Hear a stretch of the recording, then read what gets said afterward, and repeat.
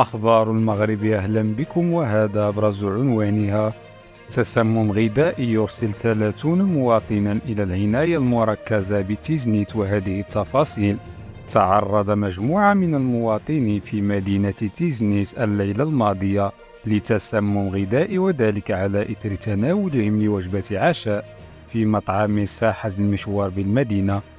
وأوردت المصادر ذاتها أن حالات التسمم بلغت 30 حالة في تيزنيت، بالإضافة إلى حالة واحدة نقلت إلى المستشفى الجهوي الحسن الثاني بأكادير، حيث أن عدد الحالات المصابة بالتسمم من نفس المحل الغذائي بلغ 27 حالة، فيما توافدت 3 حالات أخرى على المستشفى الإقليمي بتيزنيت ليصبح العدد 30 حالة. وفي ذات السياق حلت السلطات المحلية بالمحل المذكور إلى جانب المصالح الأمنية وممثلي المكتب الوطني للسلامة الصحية أونسا، الذين أخذوا عينات من المأكولات المشتبه فيها لإخضاعها لتحليلات مخبرية وطبية.